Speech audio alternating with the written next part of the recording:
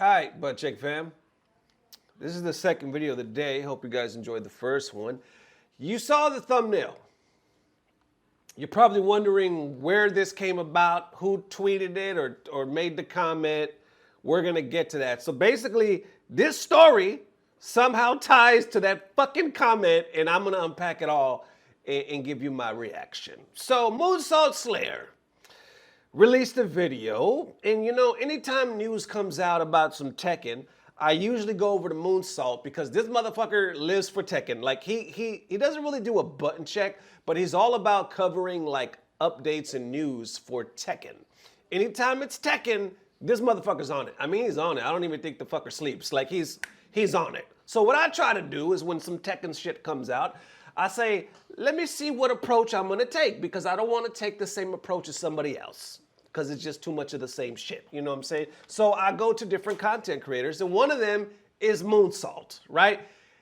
And upon reviewing his video, you know what, I'm gonna save that. Let me just show you the clips of what's going on with Michael Murray.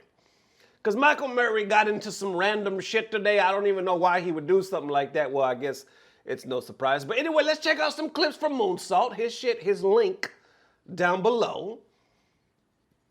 Let's go. Michael Murray put out this tweet randomly. It says, I blocked so many people. The man himself, Hideo Kojima, has finally unblocked me. We all know Michael Murray has been blocking a lot of people, right? Some people definitely deserve to be blocked, you know. We know that they've had a very rough back and forth with the player base for a very long time. But basically what ended up happening was Tekken 8 released, everyone learned the game and realized that it wasn't good. Everyone then rejected it. And the developers didn't accept that rejection because they were reaching success. Their game was selling faster than Tekken 7. And I think it was doing that because of Tekken 7. I don't think Tekken 8 was selling faster than Tekken 7 because Tekken 8 was good. I think it was selling faster than Tekken 7 because Tekken 7 was so great. Before we continue the video, I wanted to read this comment right here because I don't think it's in Moonsault's video. Somebody underneath Michael Murray says, the fact that you blocked longtime Tekken creator is crazy. They were giving normal, decent criticism pointed towards helping fix the game and you just decided to block them. Michael responds to that saying, says who? People who lie about shit all the time? Go to college and think for yourself. Damn, this man says, people who lie about shit all the time. FGC underneath that response saying, can you please just try to be professional for 1 minute? Damn, bro, or I need you to engage a bit more self-awareness, dude. And you are the main reason Tekken is almost a Discord game. There's more. Obviously, you could imagine how it snowballs there. I even saw another comment from people saying, hey, man, some of the comments responding back to Michael are uncalled for. It's okay to have frustration. But if anything, you guys are just proving why they should stop talking to us or why they shouldn't give us any more content because holy shit, there's a line, there's a line between disagreement and frustration and just total disrespect. But then one can make the argument, I guess Michael has a tendency to talk that shit, has a tendency to clap back. And then obviously you can make the argument saying, well, he does it because people trigger him. I don't know. Y'all decide. Anyway, let's continue with the Moonsault video. They're realizing that because we already had Harada say that he's probably going to shut down his Twitter account and they're just going to set up a Discord and communicate that way. They're realizing that them on Twitter is creating a lot of problems. But as you can see here, going back to this original tweet about Michael Murray, someone says, hey, Michael, would you do more documentaries on characters like Fakamram? It was very interesting to learn more about him and his design made me interested in him. Michael Murray says, unfortunately, some people complained so much that the team behind it didn't see the value in doing it anymore. So this is a very powerful tweet because you remember that Bandai Namco showcase, right? Where they showed off Fakamram. And Michael Murray was driving in the car. They were talking about the tattoos. They were talking about the design and whatnot. People memed on that very harshly. Now, I do agree that they probably could have made it a little bit better with putting all of the gameplay they gave to IGN. They could have put some of that stuff in their own production and people would have loved it.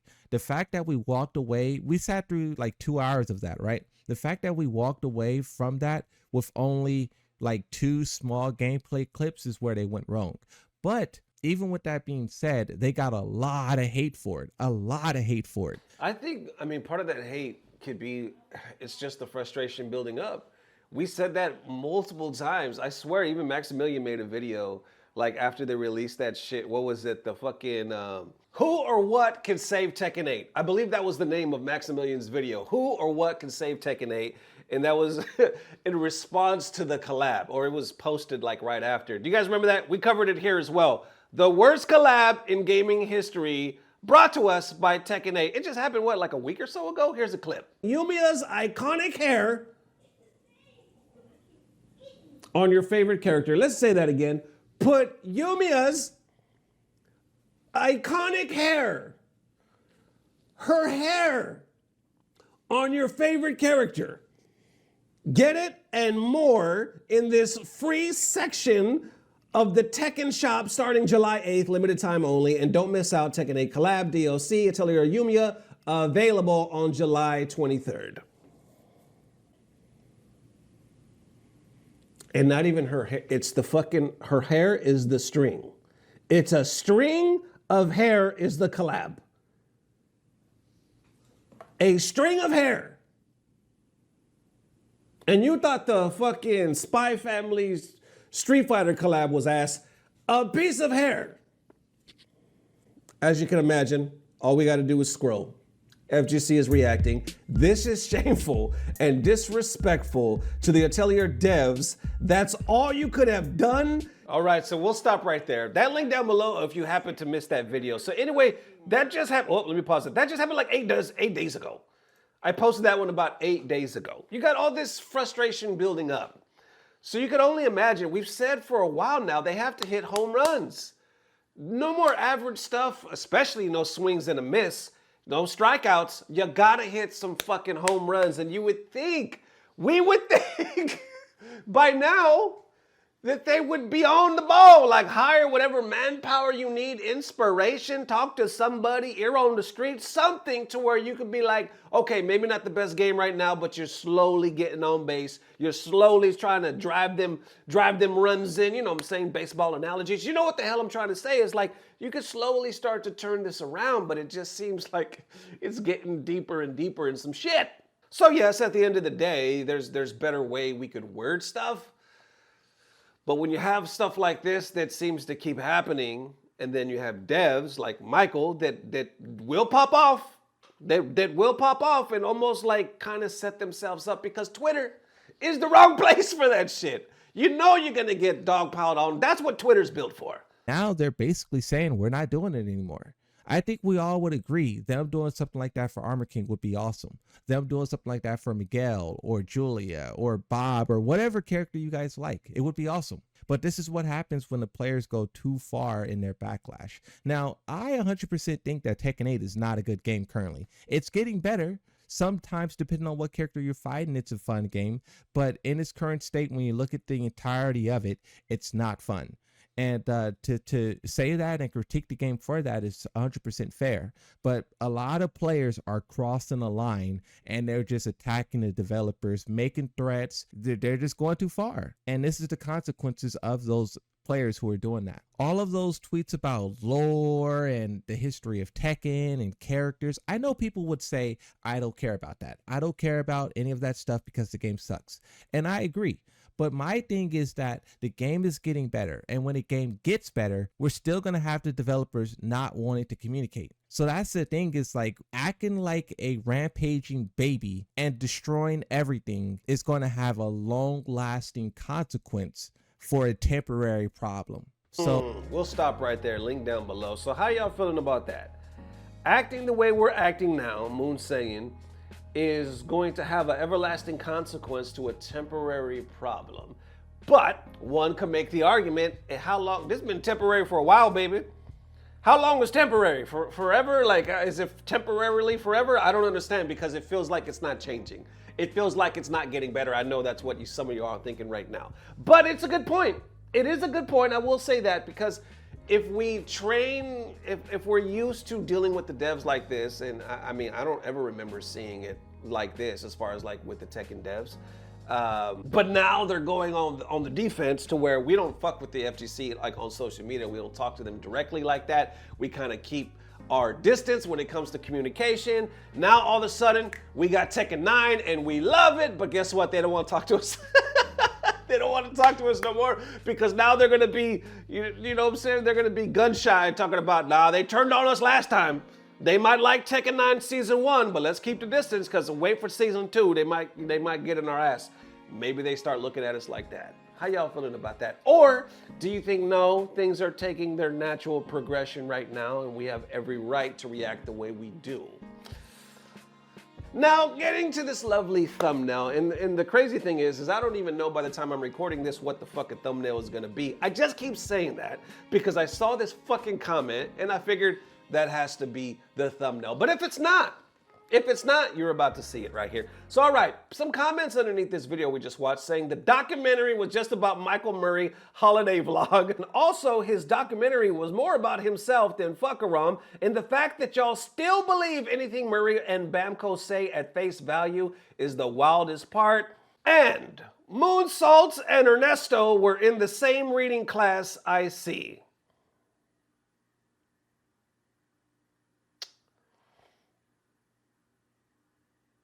My man said Moonsault and Ernesto were in the same reading class I see. Here's the thing that pissed me off. It have 20 likes. You know what? I'm going to like it too. There go 21. It got 21 likes. Moonsault and Ernesto. That's what we're doing? We're firing shots on other people's channel? Y'all could have at least said button check. Why you got to say Ernesto? Come on, man. Moonsault and Ernesto were in the same reading class. You want me to show you karma? You want me to show you how fucking what goes around comes around? I was just telling my wife. I was watching, like I explained in the beginning of the video, I was watching Moonsault a couple of times, right? There was a couple of times that he fucked some tweets up or he stumbled, just like I just did. And I said, damn, this dude can't fucking read. And guess what? Y'all think the same shit about me. And I told my wife, I said, you know what? It's crazy in this content creation game, man, because there's so many it's endless. It is a sea of content creation. And content creators love to hate on other content creators. And you see some, we all see some, right, that we can't stand, that get under our skin or just like, this is some bullshit, right? But I told my wife, be careful, because she's about to become a content creator as well. Well, she already is. I said, because what you say about one content creator, somebody else out there, is gonna say the exact same shit about you. So bite that damn tongue, and here we are, right? And that wasn't me trying to disrespect him or anything like that. But you know, I've said that multiple times on my channel. I always make fun of myself, right? I got a GED, y'all don't fuck with me, right? But no, sometimes I gotta edit the shit out of a tweet because I'm stumbling. I gotta look how to pronounce a word. I'm not gonna lie. Let me show you let me show you all the real, okay? I've talked about this throughout the years, as you know. I joke around about it all the time. I said, don't fuck with me, I got my GED, right? I was kicked out of regular high school, not for grades, even though I probably should have been, for some extracurricular shit I shouldn't have been involved with a girl and gangbangers trying to kill your boy. Anyway, whole other story. Did all that, end up getting a GED. Your boy got a D in Spanish class. How the fuck are you Mexican and get a D in Spanish class? You get a C just for being brown. How you get a D in Spanish and be Mexican at the same time? That's what your boy did. I got a D in Spanish, but let me tell you why. Because in my school, it was a really big school. They divided up the lunch periods. They probably do it the same way nowadays, but you had period 1, period 2 lunches, right? The problem was I was in the first period, but a lot of my homies was in the second period. And by that time, I was in Spanish class. So you started to connect the dots. So I said, why don't I just start taking 2 lunches and I can hang with the homies? That's what I did. I just never showed up. I never showed up to no damn Spanish class. And when I did, I got a D. The boy got a D in Spanish. They speak Spanish in my fucking house. My skin is Spanish. My hair is Spanish. Look at this. This Spanish. And I got a D. Were we in the same reading class? Maybe. Maybe. But the 20 of y'all that like this, fuck y'all. That's what I say. Fuck y'all. But anyway, please subscribe. Yeah. And that it is Butt Check fam. Definitely let me know how you are feeling, man. Does Michael Murray deserve it? At the end of the day, Michael Murray has this really crazy ass reputation when it comes to social media, and when people start blaming people, his name is one of the first ones that get thrown out there. They're like, this game is not gonna become good again until he leaves it or gets fired, you know, it's basically same damn thing. And then he's the main one. Harada will get on social media every now and then, not so much lately, but in the past, and talk some shit. Loves to clap back to the point where people are like, hey, calm down, Harada. Why are you responding to this one person that has no followers? They don't mean anything. It's like he would get triggered. Now when Harada's been responding lately, it's been more so insightful, just talking about the depth of the game and appreciation. He's calmed down a lot. It's just like weird waters that we're in right now with Tekken 8. But Michael seems to be doing the same shit. Posting what's on his mind, clapping back. One can make the argument at the end of the day, he's human. He's just being human, you know, giving you his thoughts and feelings. And others are like, just be professional. Yes, you're human, but at the same time, you hold a particular rank and a particular development team, so we look to you for a particular attitude. How do y'all feel about that? At the end of the day, doesn't look like much has changed. Maybe let's just go play some Hunter x Hunter. No? Okay, whatever. Anyway, what I'm trying to say is, thank you guys for the amazing love. We will see you soon. Matter of fact, we'll see you tomorrow. Appreciate everything. And as always, I don't know what it is, but I know as long as you wasn't in the same reading class as me, it's about to get better. Love y'all, fella. Peace.